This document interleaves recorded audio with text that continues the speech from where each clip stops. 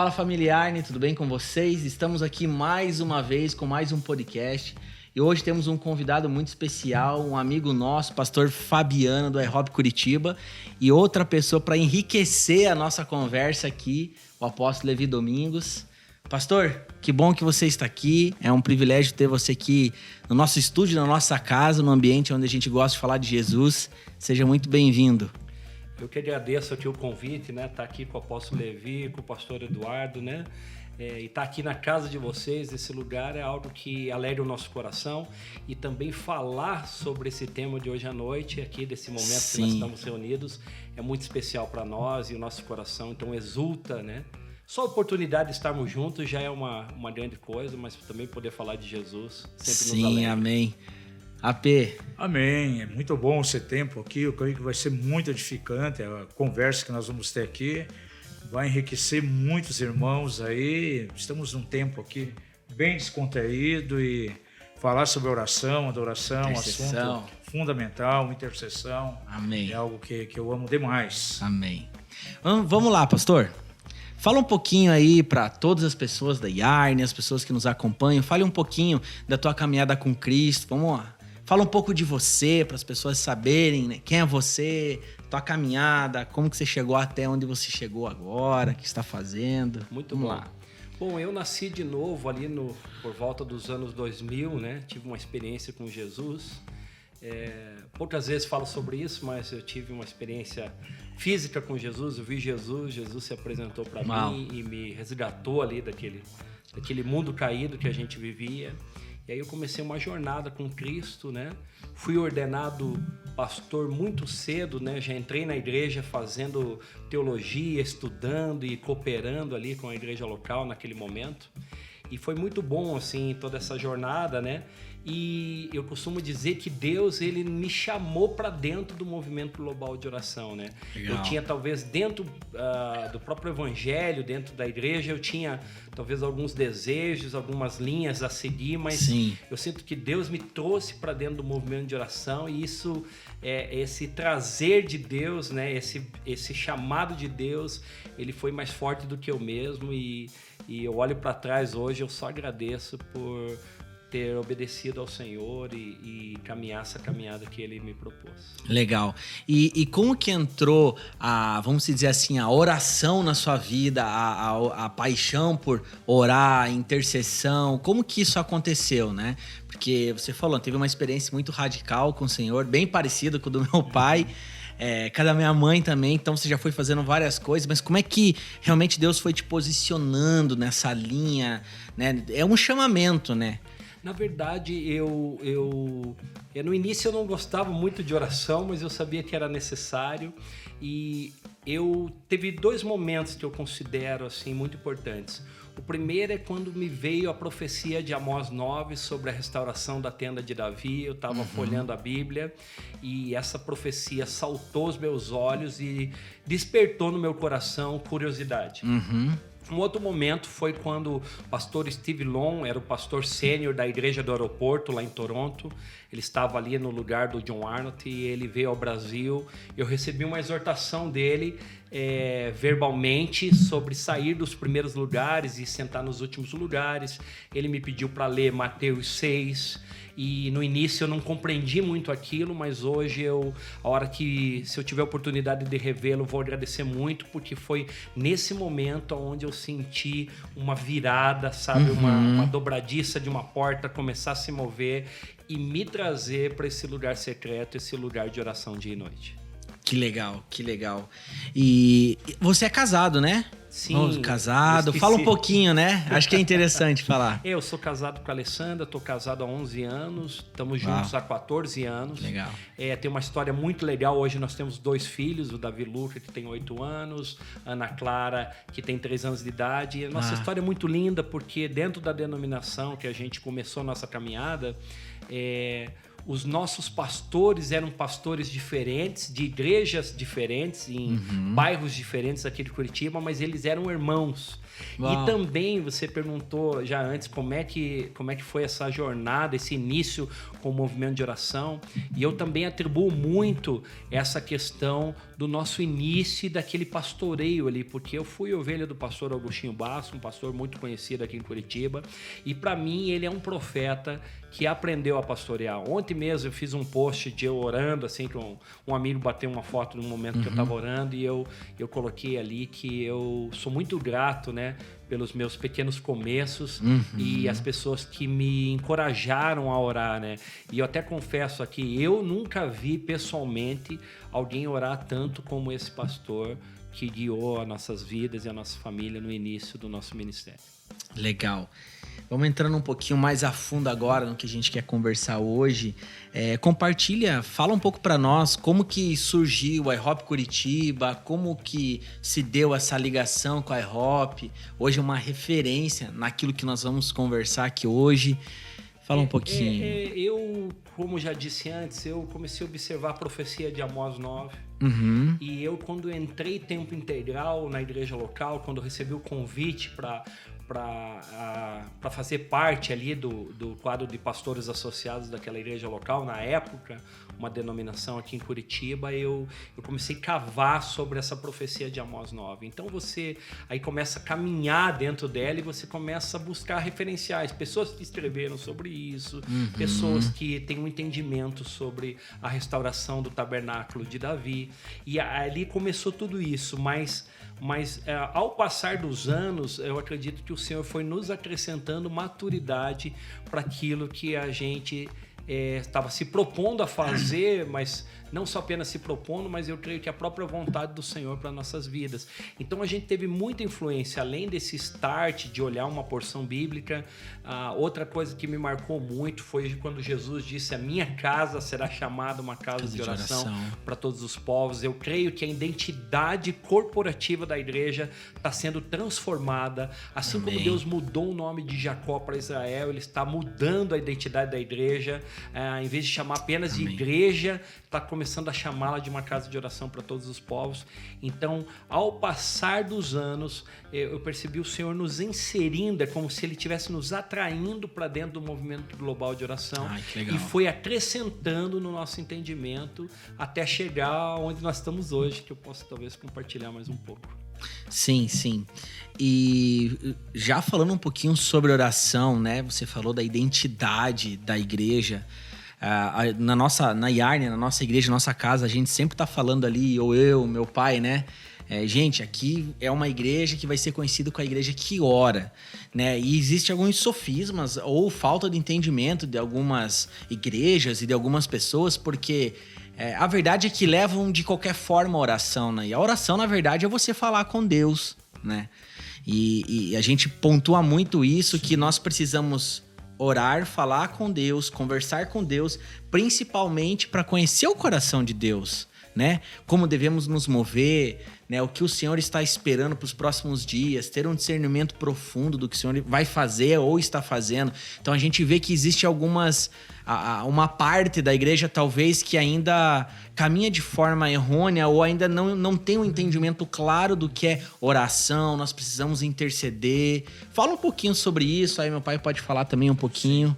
Eu penso assim que meu primeiro pastor, como já disse aqui, se tem o nome dele, ele sempre dizia uma coisa: muita oração, muito poder. Pouca oração, pouco poder. Nenhuma oração, nenhum poder. Então, eu aprendi uma coisa dentro do sacerdócio de todos os santos. Eu aprendi que o nosso sacerdócio ele tem algumas vertentes. O nosso sacerdócio ao Senhor, aos santos e ao mundo. Então, ao mundo é quando nós abraçamos as obras de justiça, as obras de misericórdia. Aos santos é igual nós estamos aqui agora, quando a gente está compartilhando as escrituras, quando a gente está em comunhão, quando a gente está num culto, numa reunião de ensino. Mas o sacerdócio ao Senhor, ele tem sido muito negligenciado. E o que mostra o nosso sacerdócio ao Senhor? Para mim, duas vertentes. Quando a gente fecha a porta do nosso quarto, tem a ver com Mateus 6, que eu falei para vocês, a palavra de exortação que me veio no início da caminhada. E ali, diante de Deus, no lugar secreto, eu acho para mim a coisa mais importante, algo que eu me apaixonei. Eu amo fechar a porta do meu quarto e buscar Deus, porque o Pai que te vê em secreto, ele vai te recompensar publicamente. E também o altar corporativo nas salas de oração. Você falou um tema que é a igreja que ora, né? Nós estamos vendo um aumento significativo em todo o mundo do desejo por uma vida de devoção, uma vida de meditação, uma vida de adoração, de intercessão.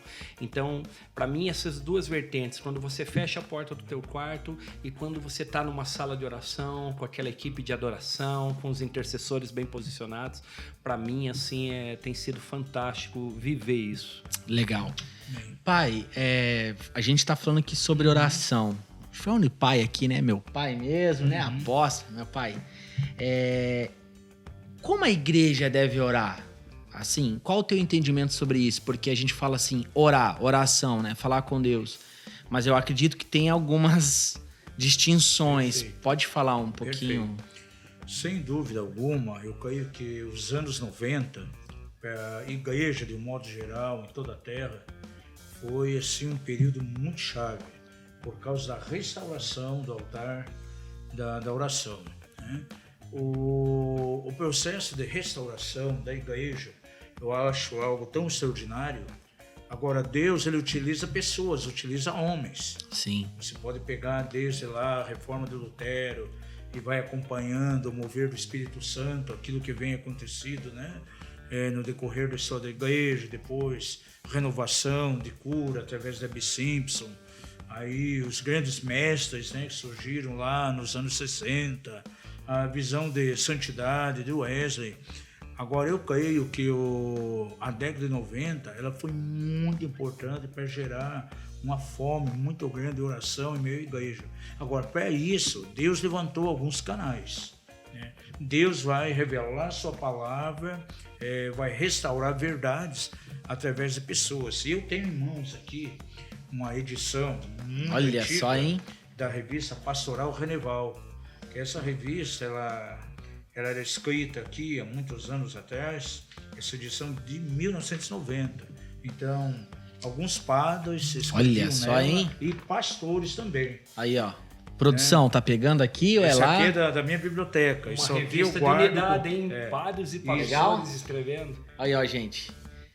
Cara, o AP tem umas coisas que, olha... E nessa revista aqui, show. Eu fiquei curioso. tem uma entrevista aqui com o Mike Bickle aqui.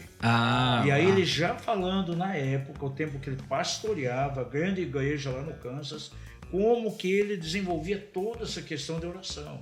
Aí eu vejo que tudo aquilo que desenvolve no iHope hoje, as sementes estavam lá. Que eu tenho uma outra edição aqui da Pastoral Reneval, que é a revista inteirinha. Todos os artigos, né, são aí 30 e poucas páginas, todos os artigos são do Michael. Aí ele falando todo, nem existia o iHope, mas existia no espírito dele, e ele compartilhando. Uma coisa que poucos sabem, entrando aqui um pouco no iHope, né, Kansas City, na pessoa do Mike Bickle, vamos lá. que tem se tornado uma referência global no movimento de oração, ele, Lowengo e outros, é que poucas pessoas sabem, mas 20 anos antes, o iHope hoje está 21 anos, dia e noite, sem cessar. Com oração e adoração incessante. Mas 20 anos antes, em 1982, ele já estava recebendo as primeiras profecias sobre o movimento global de oração e a ordem de culto sendo restaurada, como Davi fez, a ordem de culto de oração dia e noite. Então é fantástico ver isso aqui. Para mim, eu fico até emocionado, que é uma relíquia aqui, né? É interessante. É interessante. Uau. E aí, do ano 90 até o ano 2000, houve uma mobilização mundial. Foi quando surgiu lá a Tríade de Oração Unida, a AD 2000. E o Peter Wagner foi o articulador. E aí eu fui convidado para fazer parte da Tríade Mundial e deram a mim a coordenação aqui na região sul. Então eu fiquei 10 anos. Lembro bem disso. Olha, era pequeno, mas eu lembro. Começou a haver uma fome, um despertamento na igreja por intercessão, oração, mais uma intercessão guerreira, uma intercessão pautada em comunhão, não a forma que a igreja vinha encarando a oração. E eu creio que dessa época em diante começou algo novo na oração. Depois eram muitos, né? O próprio Engel, outros demais aí que são pioneiros aí dentro do campo da oração, mas tudo começou aí na década de 90 com alguns homens aí. E hoje eu fico feliz porque posso perceber como essa mensagem caiu no coração da igreja, né? As salas de 24/7, eu tenho ido em alguns lugares, por exemplo, lá em Imperatriz, né? Eles têm uma casa toda semana. No Nato lá, Nova Aliança? Lá tá louco, lá é demais. Aliança, no Apóstolo Rony Chaves, foi lá na Costa Rica, 24 horas funcionando. O ano passado também foi lá no MCM, lá com o José Rodrigues, aí foi lá no local, lá onde eles têm a escola, também está lá a casa de oração e foi pipocando para todo lado. Uau. E eu vejo que é um tempo de intercessão combinado com adoração. É o princípio de harpas e taças. E a adoração com a oração, ela forma aí, na verdade, uma sinergia espiritual, é uma força insuperável. Então, na IARNE, né, nós estamos aí segundas-feiras combinando as duas coisas. Mas tudo isso, Fabiano, teve um começo. E eu fico maravilhado quando eu pego essas revistas velhas aqui em casa. Eu tenho a Carisma também, tem muita coisa, o Mark Bigo, do Lowen. Aí eles compartilhando aquilo que o Senhor está gerando no espírito deles. Já existia algo no espírito, jamais se imaginaria que tomaria a proporção que tomou hoje. Aí você viu, a iHope está em todo lugar onde a gente vai, né? No Japão, fui 8 vezes para o Japão, tem lá o pastor Davi que cuida meu amigo. Né? Cuida do iHope lá dentro do Japão. Glória a Deus, eu sou muito animado com isso aí é um assunto que realmente me empolga muito, eu vibro com isso aí, é coisa que a gente... Vamos pra cima, né? E eu tenho algo para acrescentar que é interessante, né? Porque você vê todo um começo e você vê o movimento de oração global crescendo, e aí você vê nessas palavras do apóstolo Levi, que ele viaja todo o Brasil, todo o mundo, na verdade, né? Servindo o corpo de Cristo, e começa a ver as casas de oração nascendo, umas com um turno por semana, outras com um pouco mais, mas o povo se despertando para orar, a igreja que ora, né? E aí você vê o cumprimento disso que o pastor Mike falou, que eu também faço das palavras dele minhas palavras, de Deus mudando a identidade da igreja e começando a chamar ela de uma casa de oração para todos os povos. Então você vê essa palavra profética que foi liberada por Isaías, de que o povo ia se alegrar na casa do Senhor, né? Essa palavra profética de um ajuste no meio do povo de Deus, de Jesus virando as mesas, por 2 vezes ele faz isso, no início do ministério e no final do ministério, ele vira as mesas, né? E ele fala sobre a minha casa será chamada uma casa de oração para todos os povos, para todas as nações. E nesse relato do apóstolo Levi aqui, um breve relato, mas você vê essa palavra profética de Isaías e também confirmada por Jesus se cumprindo bem diante dos nossos olhos. Que legal. Você falou uma coisa interessante, harpa e taça. Aí é um assunto bom. Aí, pastor... Então vamos lá. Aqui eu sinto que tem um cunho exortativo para a Igreja do Senhor, mas a gente faz isso com muita graça, com muito amor. O que aconteceu nos ministérios? Deus vem restaurando muitas coisas no meu entendimento desde esses anos aí. Tem histórias aqui que o apóstolo Levi talvez vai contar que eu nem sabia, nem tenho nem conhecimento, mas eu sei que nós somos fruto das orações daqueles que vieram antes de nós. E uma coisa, por que eu falei de uma exortação para a igreja brasileira e para a igreja global também? Falo isso com muito amor, com muita seriedade, com muito temor de Deus, mas infelizmente a gente, às vezes, querendo organizar muitas coisas, nós acabamos separando os ministérios. Então você vê muitas vezes na organização das igrejas locais, você vê o ministério de adoração de um lado e o ministério de intercessão do outro. Quando, biblicamente, esse ministério de adoração e intercessão, eles fluem juntos como um único rio, né? Apocalipse 5:8 diz que os anciãos, eles estavam prostrados e eles tinham harpas e taças. E harpa... Quem que não lembra do rei Davi quando você fala de harpa, né? E você vê a adoração fluindo, né? E você vê também as tigelas, as taças, que são as orações dos santos, que para mim são a matéria-prima para o cumprimento da vontade de Deus sobre a terra no fim dos tempos. Então, por exemplo, aonde que está a exortação? Nós não devemos separar a adoração da intercessão. Por isso que eu Isso. usei a palavra sacerdócio ao Senhor, aos santos e ao mundo. Porque no sacerdócio ao Senhor, o que você vai fazer diante dele? Você vai adorá-lo e Sim. você vai interceder. Não tem outra coisa. Você vai meditar, você vai contemplar. São as disciplinas espirituais interiores, pessoais, mas também corporativas, quando a gente está reunido numa sala de oração. Então, no rio de Deus, adoração e intercessão fluem juntos. E aqui, apóstolo Levi, fica uma chave para as igrejas que estão se identificando com o movimento de oração, que querem restaurar isso na sua localidade, de juntar. Entendeu? E aí eu falo, Auro, tô me sentindo muito à vontade e é um desafio juntar os dois ministérios, porque você que é pastor de igreja, você que já está acostumado no ministério há muitos anos, você sabe que sempre na equipe de adoração, com raras exceções, sempre tem alguém que quer ser o super músico. Sim. Que ele quer fazer o super solo. Sim. É normal do músico, eu amo os músicos. Davi está nos ensinando a lidar com os músicos, né? Os filhos de Asaf e mãe Gedutum que estão aí na nossa geração. Mas também você vê na intercessão também alguns exageros, muita visagem em vez de visão, né? E muita, interessante isso. Uma coisa que a gente fala que a nossa batalha espiritual dentro da sala de oração, ela é centrada em Cristo. Claro, existe, como o apóstolo Levi falou aqui sobre uma oração que era guerreira, um espírito militante, né? Uma oração de unidade, mas também de guerra. Essas orações são importantes, mas a nossa guerra espiritual precisa ser centrada em Deus. Infelizmente, a gente aqui está aqui com o apóstolo Levi, respeita o ministério, a gente sabe que tem pessoas íntegras que lidam com libertação, com cura interior, tudo isso é necessário, mas também, infelizmente, nesses grupos de intercessão tem muita coisa que está um pouco distorcida, né? Eu lembro de uma vez, né, que falaram do diabo, pararam a reunião de oração e foram ungir toda a chácara.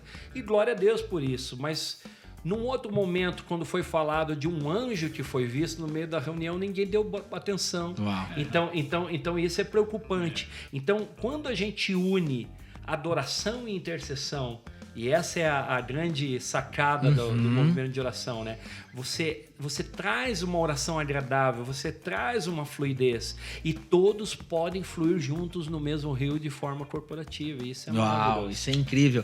A gente costuma falar, né, pai, que na verdade eu entendi bem o que o pastor Fabiano colocou, porque é uma realidade que a gente enxerga muitas vezes. Né? O ministério de louvor de um lado, o ministério de intercessão do outro. Quando eles seriam muito mais poderosos fluindo juntos. E a gente costuma dizer assim que evangelizar, adorar e interceder é para todos. Então, e aí é uma outra questão, entende? Sim. O ministério tal. Gente, é uma visão mais profunda ainda, né? E aí eu tenho algo para contribuir bem simples, rápido, mas precioso. Porque a gente pode se alegrar nas orações respondidas, porque tem um fluxo virtuoso dentro das salas de oração, que é o quê? Você mistura adoração e intercessão, e aí você libera os missionários e intercessores para ir para as ruas, para o evangelismo, e eles voltam trazendo testemunho, e muitas vezes a gente vê o fruto da oração. Então, quando eles trazem o resultado do anúncio das boas novas, fica um ciclo virtuoso, porque eu oro... Isaías, né? Santo! Daí ele olha para ele e fala, ai de mim, vou me arrepender aqui. Daí ele olha para o povo e fala, poxa, eu habito no meio de um povo de impuros lábios também. Então, essa questão, a adoração vai empurrando a gente para o evangelismo e a gente vai retornando, trazendo o resultado do anúncio das boas novas. Então, vira um ciclo virtuoso. Você falou da adoração, da intercessão e do evangelismo. Essa é a chave para toda a sala de oração que está começando o seu funcionamento hoje. E ainda sobre essa combinação de adoração e intercessão, a Bíblia nos dá alguns princípios muito importantes. Quando você pega as 12 tribos de Israel, cada uma delas tinha o seu lado peculiar, né? A tribo de Judá era uma tribo de louvor e adoração. E em todos os momentos da guerra, eles iam à frente. Então, a adoração, em primeiro lugar... eu já tomei bastante tempo aí estudando os salmos de Davi, os salmos de guerra dele. E é interessante que ele nunca começa, por exemplo, o Salmo 18, ele nunca começa descrevendo as características do inimigo. Ele coloca uma adoração diante de Deus, a majestade, E na metade dos salmos de guerra, que ele começa a falar do inimigo. E há um princípio muito importante registrado lá em Juízes 1, né? Num momento de guerra, num momento de batalha muito grande, Judá foi consultar o Senhor, né? Quem subiria? Deus falou, não, quem vai subir é você, Judá, adoração. E aí Judá foi procurar auxílio. Quem vai acompanhar? Quem vai junto? Consultaram o Senhor. Quem vai junto é a tribo de Simeão. Agora, Simeão quer dizer Jeová ouve. Isso aí tem a ver com oração, tem a ver com intercessão. Então, a combinação de duas coisas. Essas duas tribos aí eram verdadeiramente uma força imbatível. E havia vitória realmente, mas a adoração sempre em primeiro lugar. E você pode ver lá em Juízes, capítulo 1. Então, eu vejo a adoração, ela é fundamental dentro do processo de guerra, e ela abre as portas realmente para a oração. Essas duas coisas aí, o princípio de harpas e taças, é muito importante, e eu creio que Deus está restaurando hoje. Nas igrejas aí onde estão levantando as casas de adoração e oração, esse princípio está sendo vivenciado dentro lá das casas 24/7 também. Isso aí está muito forte e realmente é algo extraordinário, algo maravilhoso. É assim, se posso contribuir mais um pouco, também eu percebo que o ambiente que a adoração e a intercessão produzem quando fluem juntos, é que ele muda a atmosfera espiritual de uma cidade, de uma região. Então a gente costuma falar assim, assim entre os amigos, né? Talvez o inimigo ainda esteja por aí, mas ele nunca vai ter sossego. E você também vê outra tribo, né, que eram os porteiros, né, os guardiões dos muros e tal, e você vê também essa característica, né, dessa vigilância também. Então, cada tribo de Israel ali, ela tinha uma característica, uma peculiaridade, e você vê, foi muito importante também o senhor falar, apóstolo Levi, sobre essa questão das tribos serem diferentes, mas elas se complementarem umas com as outras, né? Eu, quando falo de adoração e intercessão e falo de IHOP, eu também não quero dizer que a gente é os únicos. Sim, né? sim. Mas a gente entendeu o nosso sacerdócio e a gente está tentando fazer essa combinação da adoração e da intercessão.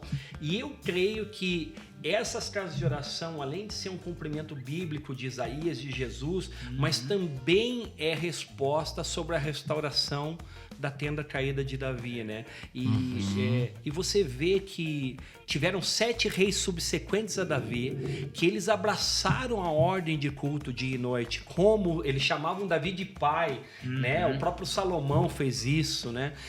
E também tem a história, né, depois de Cristo ali, desde os essênios e outros povos, né?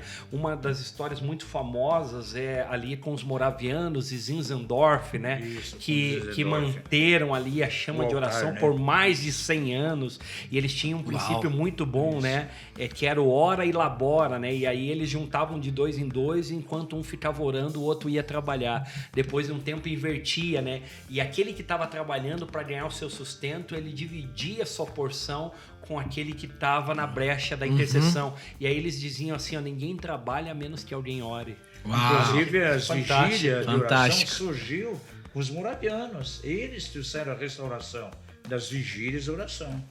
Era muito forte, né? E não podemos deixar de falar ainda, bem nessa linha que o apóstolo Levi falou, e eu sinto a presença do Espírito aqui.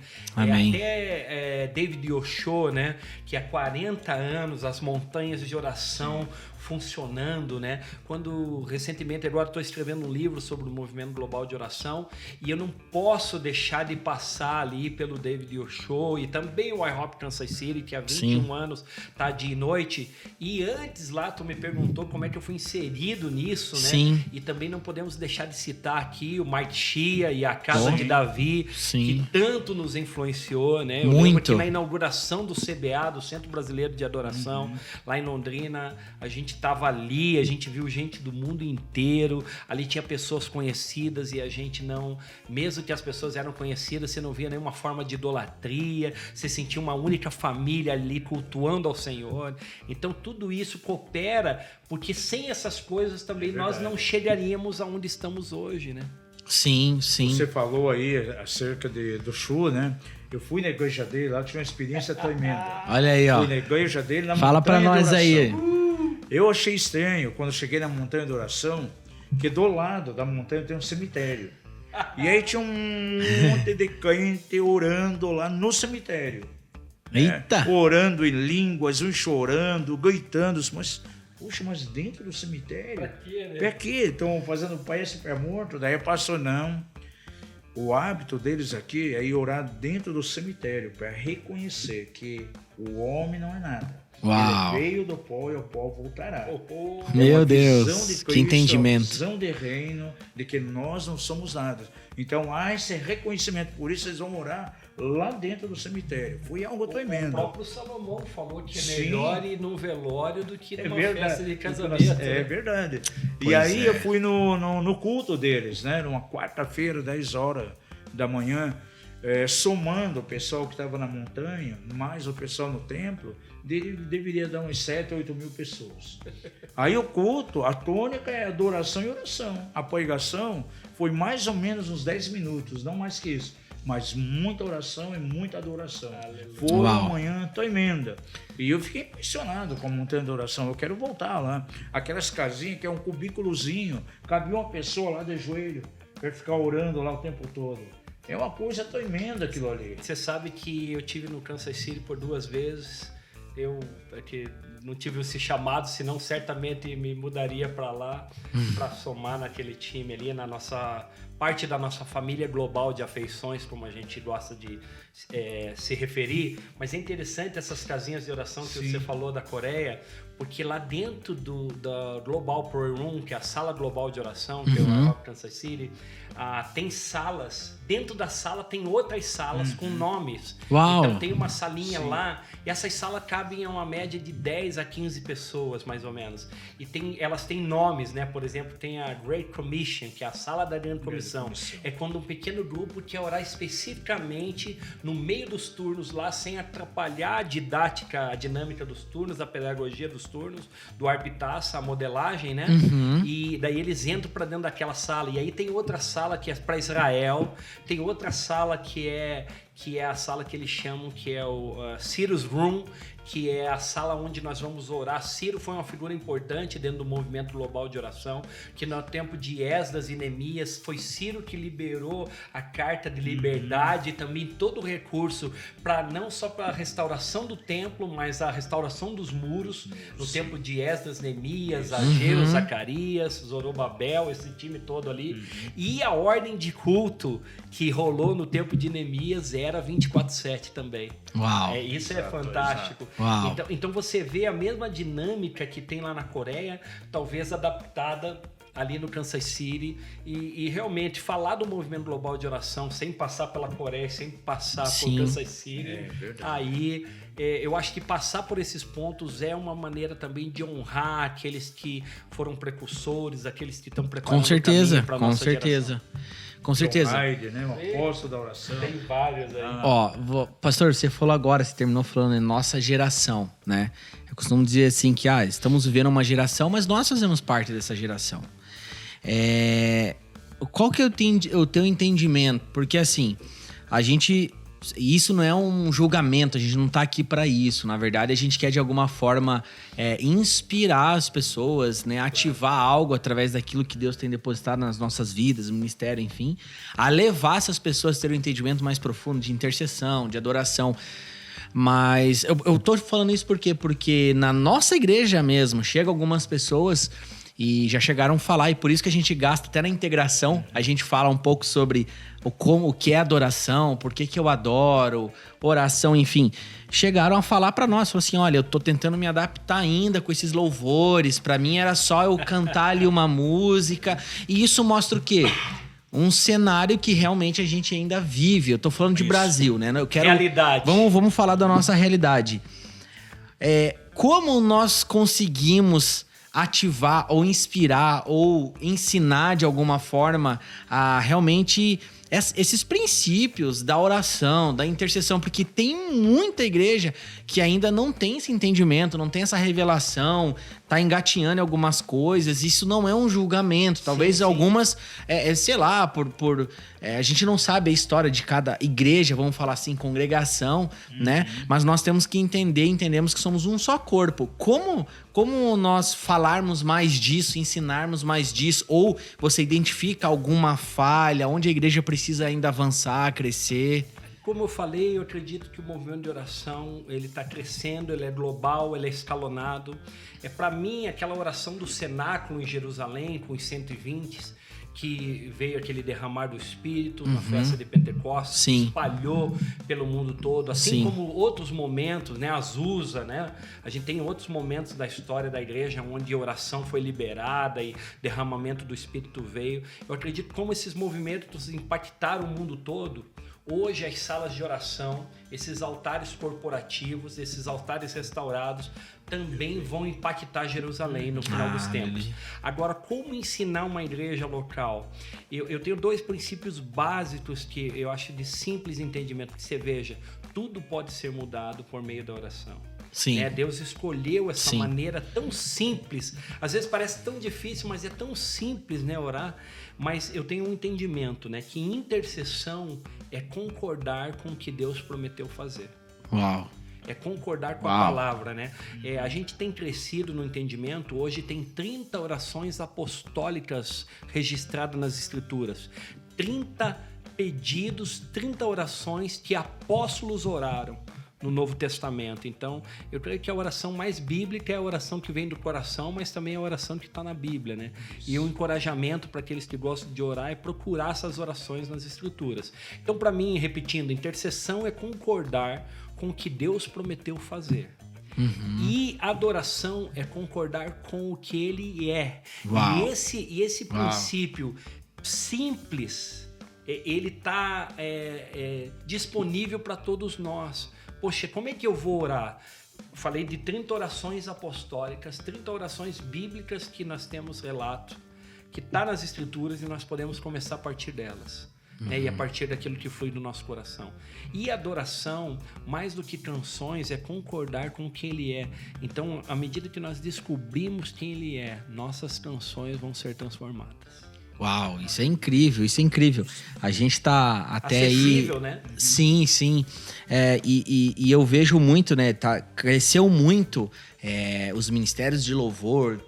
A adoração em si, tem muita gente fazendo muita coisa séria realmente, assim. Pessoas que estão sendo levantadas na nação, que são pastoreadas, que querem ser pastoreadas. Então, isso é muito, muito importante falar. E realmente a gente vê que flui realmente uma adoração madura, né? A gente gasta tempo em falar também, gente, vocês precisam entender o que vocês estão fazendo. Vocês precisam entender o que vocês estão fazendo, né? AP, como é que você vê esse cenário, né? A gente gasta muito em falar na igreja isso, mas qual a sua perspectiva para os próximos... Vamos falar 2021, eu falo os próximos anos, mas já 2021 para a igreja. Eu tô com uma expectativa grande que a igreja vai avançar nisso. Uma pergunta que fizeram para mim esses dias... Como que eu oro? O que devo orar? Porque eu já me deparei com pessoas, a gente se separando um tempo, pastor, indo orar, e a pessoa estava olhando, então, Senhor, minha família, meu trabalho... Orações pessoais. Que não é errado, sim. Mas explique um pouquinho melhor, pai, sobre isso, depois o pastor pode falar um pouquinho sobre isso. O que devemos orar? Quando orar? O que orar? Olha, nós temos... Complementando o que o pastor Fabiano já falou. Um exemplo bem claro em Mateus capítulo 6. Ali é dado para nós toda a diretiva. Os moldes ali colocados por Jesus na oração do Pai Nosso. Yes, se você vai ver aquela oração, você vai ver que ela é muito completa. Tem a visão de quem Deus é lá na eternidade, a sua majestade, Pai Nosso que está no céu, o sentido de filiação, de Pai. Ali tem o enfoque, né? Acerca do reino, aqui na terra, venha o teu reino, seja feita a tua vontade aqui na terra. E é interessante que ele não dá uma tanta ênfase ali acerca da necessidade minha pessoal. Sim. Só pode ser o pão nosso cada dia nos dá hoje, pronto. Então, eu creio que ali já está um modelo para nós. E a igreja ela tem que viver esse nível de oração aí. Né? Sim. Mas eu creio, pastor Eduardo, que nós vamos chegar lá. A revelação de Deus, ele falou muito importante. Está crescendo as casas de oração, o entendimento de intercessão, o movimento 24/7. Eu sempre vejo um processo de restauração, uma revelação que Deus traz. Lembra muito o meu tempo de infância. Eu gosto muito de fazer comparações. Eu gostava de ir numa lagoa, né, pegar uma pedra e jogar bem no meio da lagoa e ficar olhando. Aí eu começava a ver aquelas ondas que iam formando, até pegar um todo e chegar até na margem onde eu estava. E eu creio que o processo de renovação, restauração, revelação de Deus é assim mesmo que vem, em todos os aspectos, no louvor, adoração, né, dons, oração. Vem a revelação de Deus num ponto X, num ministério X, é aquilo que eu falei no início, Deus vai usar alguém para restaurar isso. E aquilo ali, de repente, vai expandir. E Amém. vai atingir o corpo de Cristo. Aleluia. Né? E eu creio nisso. Como Né? profecia. Né? Eu creio eu nisso. também creio Olha, nisso. Essa pandemia, para mim, particularmente, está sendo um tempo de transição. Deus está nos transicionando, já Amém. falei nas lives isso, na igreja, seremos impulsionados para algo muito glorioso. Sem dúvida nenhuma, as trevas já estão cobrindo a terra e a profecia de Isaías para esse tempo é bem clara. Levanta e resplandece a tua luz, o Senhor vai surgindo com resplendor em meio à igreja. Exatamente. Tanto é que você sabe que Deus coloca uma palavra profética no nosso coração do ministério para cada ano. Esse ano foi o ano da proclamação da vitória pela igreja. E 2021 é o ano para iniciar o resplendor da glória do Senhor na igreja. Então, olha, essa pandemia para mim está sendo uma transição.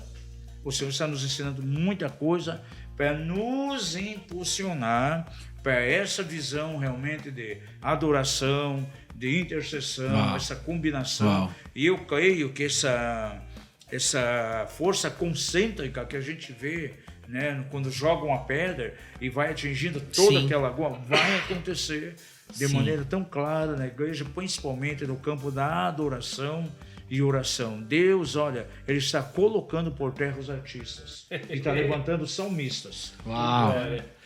E Apóstolo Levi e Pastor Eduardo, também uma coisa que, essa pergunta que você falou que te fizeram, mas que é uma pergunta que se repete de tempos em tempos, ela é muito importante. As perguntas são importantes. Por quê? Porque os discípulos de João Batista, eles foram até Jesus. E eles não disseram assim, Jesus nos ensina a fazer milagres. E nem ensina-nos a pregar. Não, ele falou, ensina-nos a orar. Então, eu acho que para quem quer entrar nessa, quer talvez estar iniciando uma jornada de relacionamento com Cristo pessoal, mas também quer entrar no âmbito da intercessão profética, da adoração, eu acho que a pergunta-chave é ensina-nos a orar, né? Um clamor inicial, acho que é isso. Até porque o apóstolo Levi falou que sempre Deus vai usar alguém para começar uma restauração. E é interessante porque é o seguinte, antes de ter o tabernáculo de Davi, Deus achou Davi. Entendeu? Antes de ter o IHOP Kansas City, Deus achou o Mike Bickle. Antes de ter a oração global, Deus achou ali, o senhor citou o nome... Peter Wagner. Todos esses homens, sempre Deus chamou alguém, entendeu? Não haveria tabernáculo de Davi se não existisse Davi, né? Então, assim, é fantástica a pergunta, né? Como que eu devo orar, né?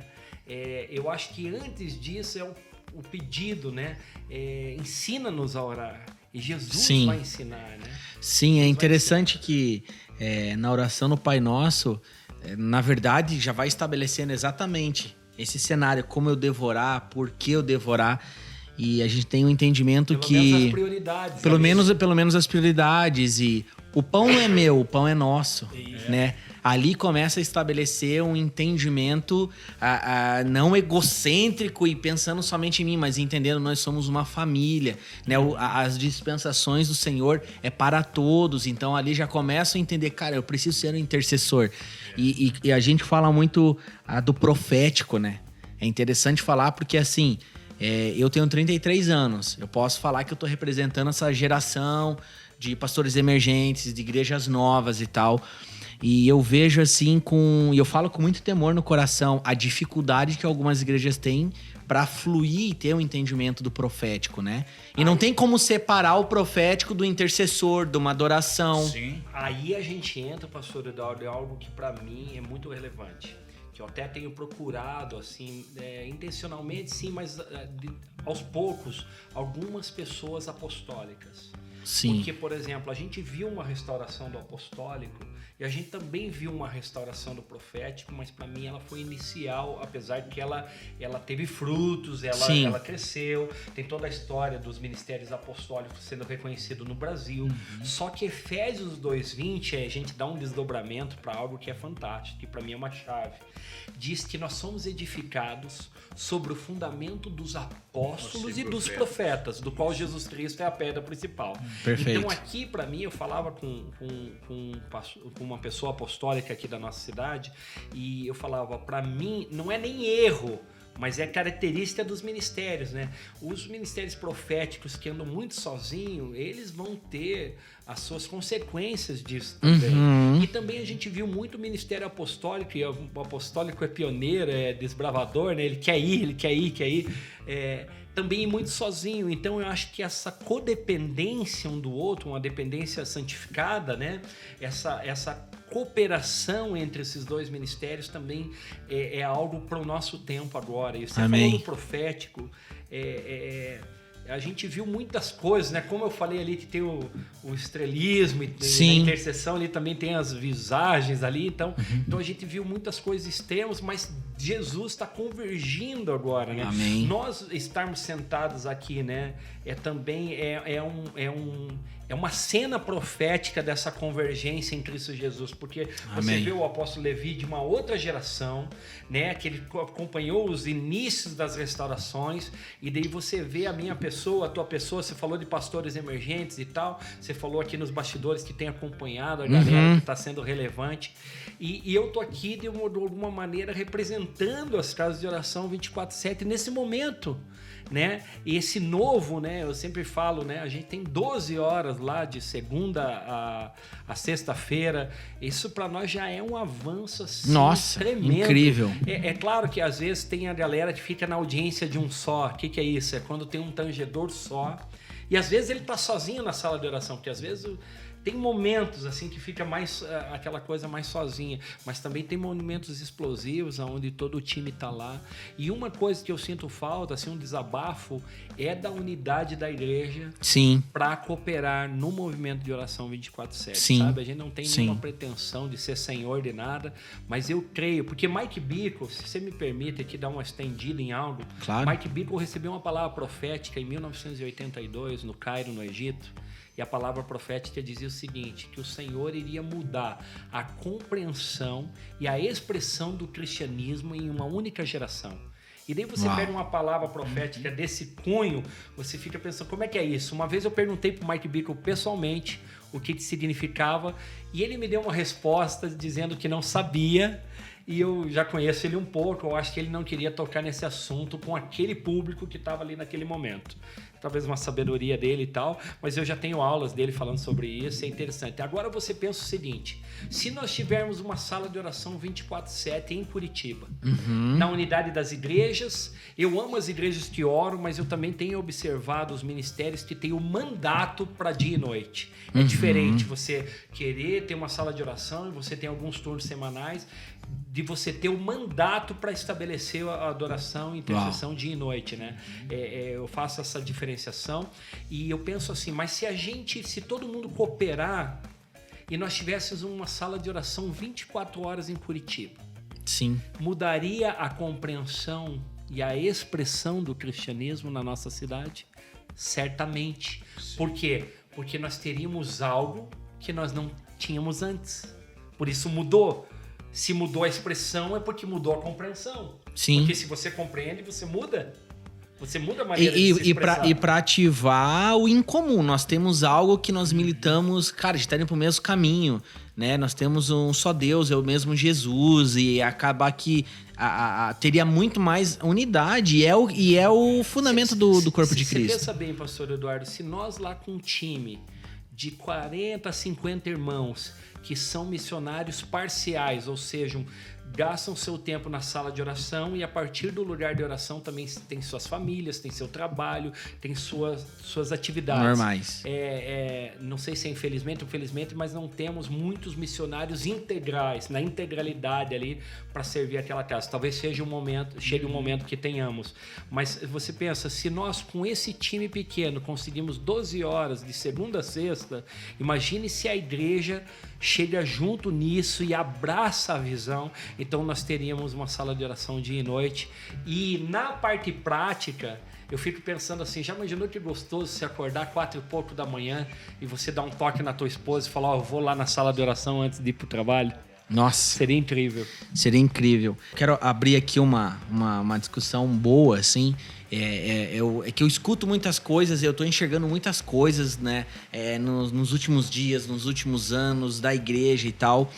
E a gente tem se deparado com algumas coisas bem interessantes. Saindo um pouquinho desse tema de oração, mas é interessante ter um posicionamento de vocês. A gente a nossa igreja flui muito no profético, a gente crê ali nos 5 ministérios e tal. E Deus tem revelado muitas coisas no meu coração, no coração da minha mãe, como profeta e tal. E é impressionante, pastor, algo que está acontecendo nesses dias. Pessoas de 15, 20 anos de igreja, envolvido em vários ministérios, no louvor e tal, envolvido com a igreja, com boas obras, entendendo que não eram convertidas. Sem o novo nascimento. E isso não é uma, não é duas. E pra mim isso é novo. É igual eu falei, eu tenho 33 anos, eu não tava muito acostumado com essa realidade ainda.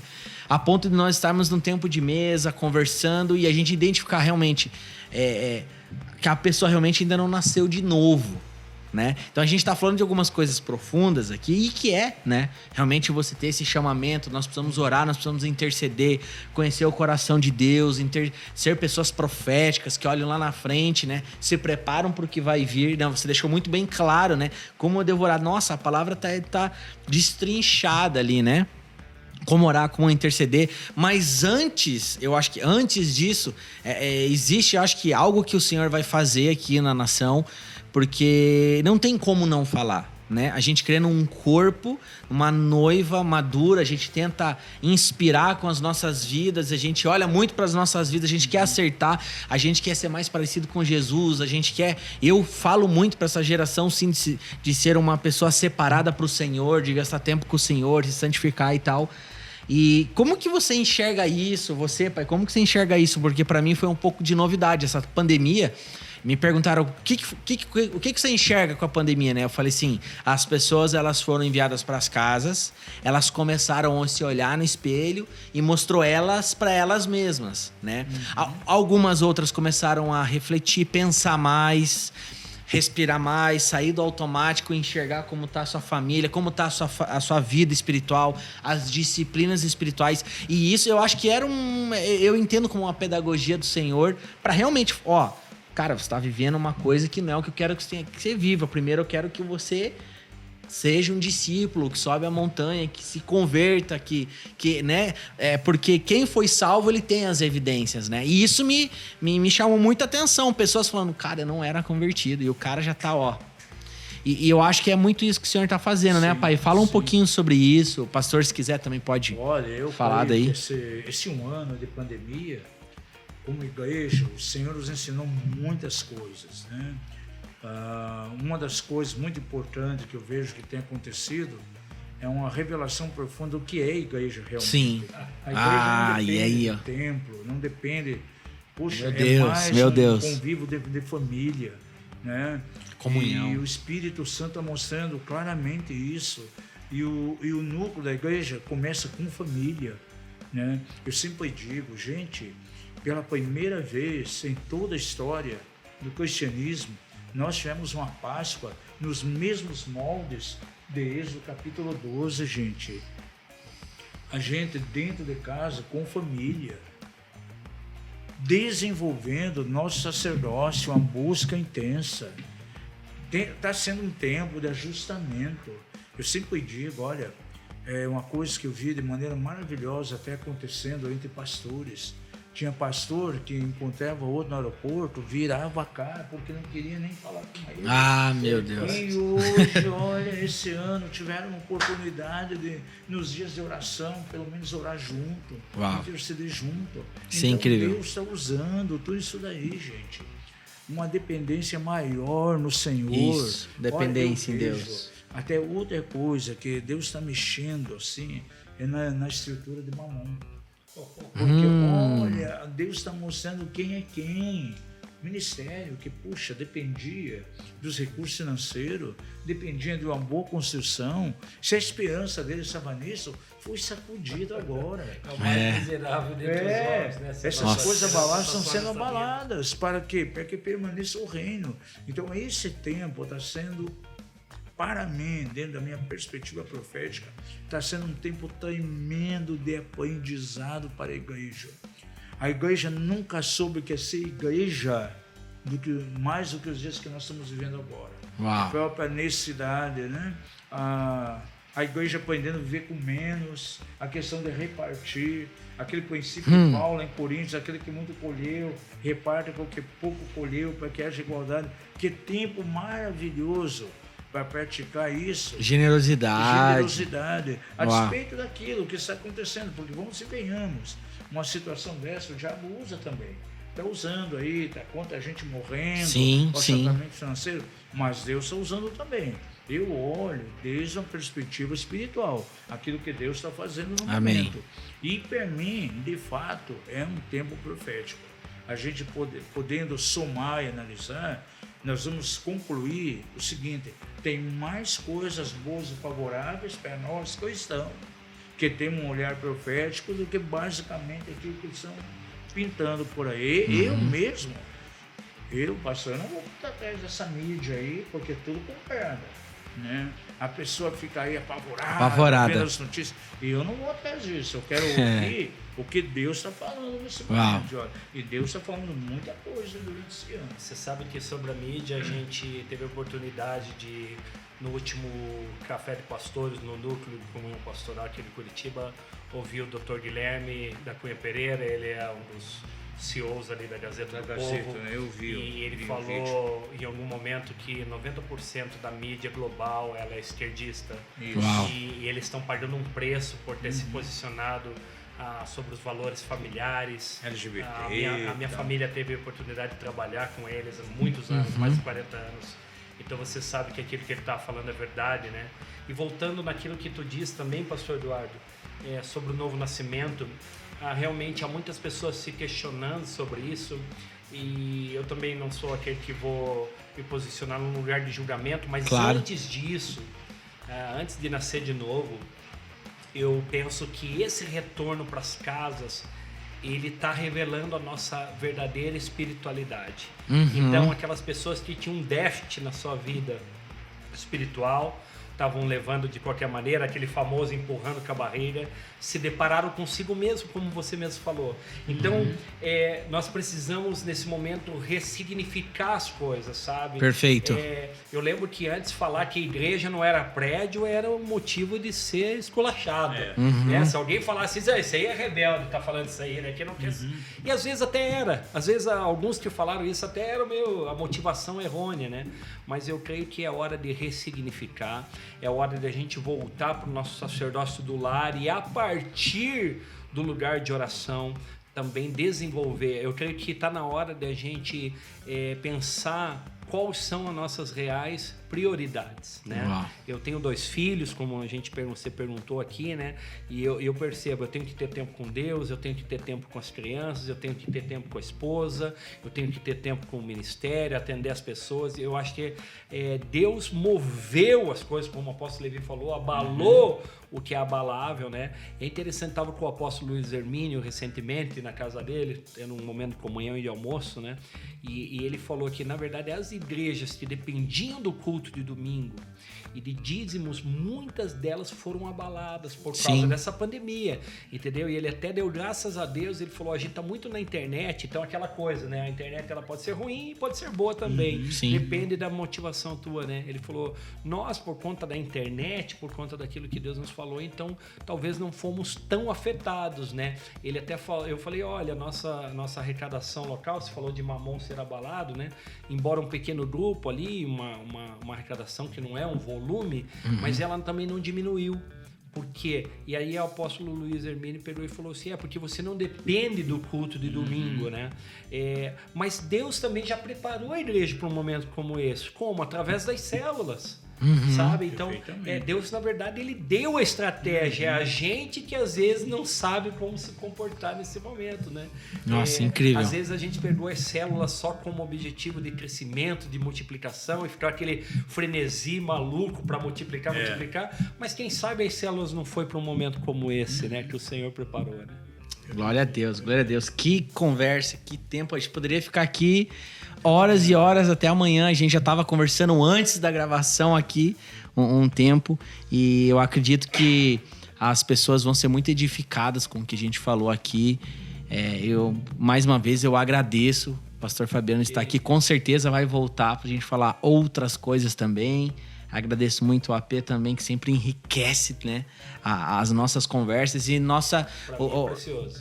Que bom. E a nossa ideia é essa, a gente conversar sobre Jesus, sobre o reino e inspirar as pessoas, né, a amarem mais a Deus.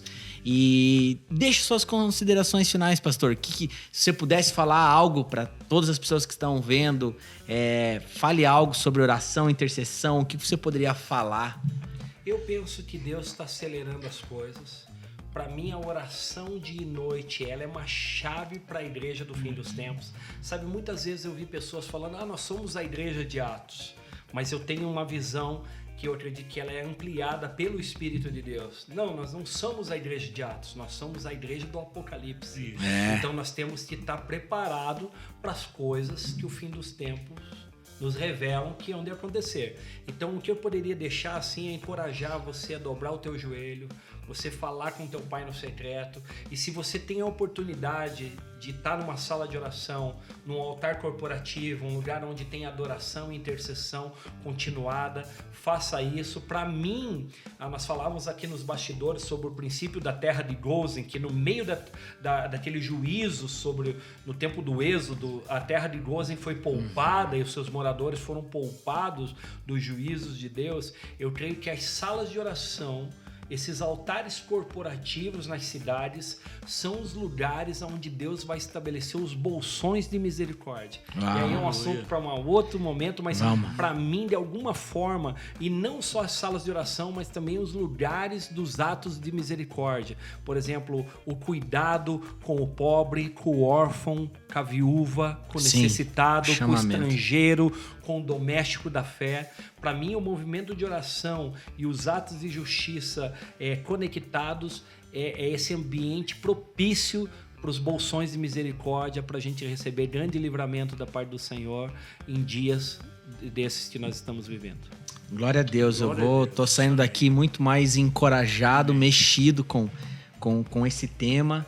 AP, suas considerações finais aí. Eu quero deixar aqui, os irmãos que estão nos assistindo aqui, uma recomendação muito importante, uma sensibilidade total diante do Senhor. Pós esse tempo de pandemia, né, uma sensibilidade total, porque uma das coisas que eu senti que Deus chacoalhou também de uma maneira muito forte foi a questão da estrutura religiosa. Tudo que nós temos falado hoje, tudo o que rolou nessa conversa aqui, eu vejo como um grande vinho novo que está por vir aí, uma intensificação da adoração, oração, mas o que resiste o vinho novo são os odres velhos. É o odre velho. É o odre velho, a religiosidade. Aquilo que foi bom, foi passado, para hoje, pode ser uma maldição terrível. Meu Deus. A estrutura daquilo que foi bom no passado se estruturou hoje e está dentro de um aspecto religioso e que vai limitar, vai impedir as pessoas de entrar no novo de Deus. As tribos se moviam, né? Exatamente, elas se moviam. Sim, se movia, né? Sim, nós não podemos viver onde Deus já esteve, onde viveu. A gente tem que ver o que Deus tem. E eu creio que para 2021 em diante, Deus tem muita coisa nova. Amém, eu creio nisso também. Uma disposição de se despir da total religiosidade. Uau. Não deixar que a estrutura religiosa nos impeça de avançar de mais além. Porque o que resiste, sim, o vinho novo sempre vai ser os odres velhos. E é tempo de ser renovado, não ser mais odre velho. Então essa pandemia, ela está nos chacoalhando para tirar o resto do odre velho que estava dentro da igreja. E vamos sair ouvindo, sensível à voz do Senhor e vamos mergulhar aí na onda do Espírito. Né? Glória a Deus. Jesus. Gente, que conteúdo. Tô saindo daqui, tá, é tela azul, dá bug, né, Guilherme? Dá bug. Querido, quero te fazer um convite, que você possa compartilhar esse vídeo, que você possa assistir mais de uma vez. Com certeza você vai poder meditar nisso e aprender um pouco com esses grandes homens de Deus. Sigam as nossas redes sociais, aqui na descrição já vai aparecer ali a rede social da igreja, do Mapev Music, tem as redes sociais do Apóstolo Levi, nós vamos colocar também as redes sociais do Pastor Fabiano. A intenção e o desejo do nosso coração é que você seja edificado e que você possa compartilhar com pessoas, para que mais pessoas possam ser edificadas. E não se esqueçam, todos nós somos filhos do Rei, o Rei das Nações. Deus abençoe e até o próximo podcast. Amém. Tchau, tchau.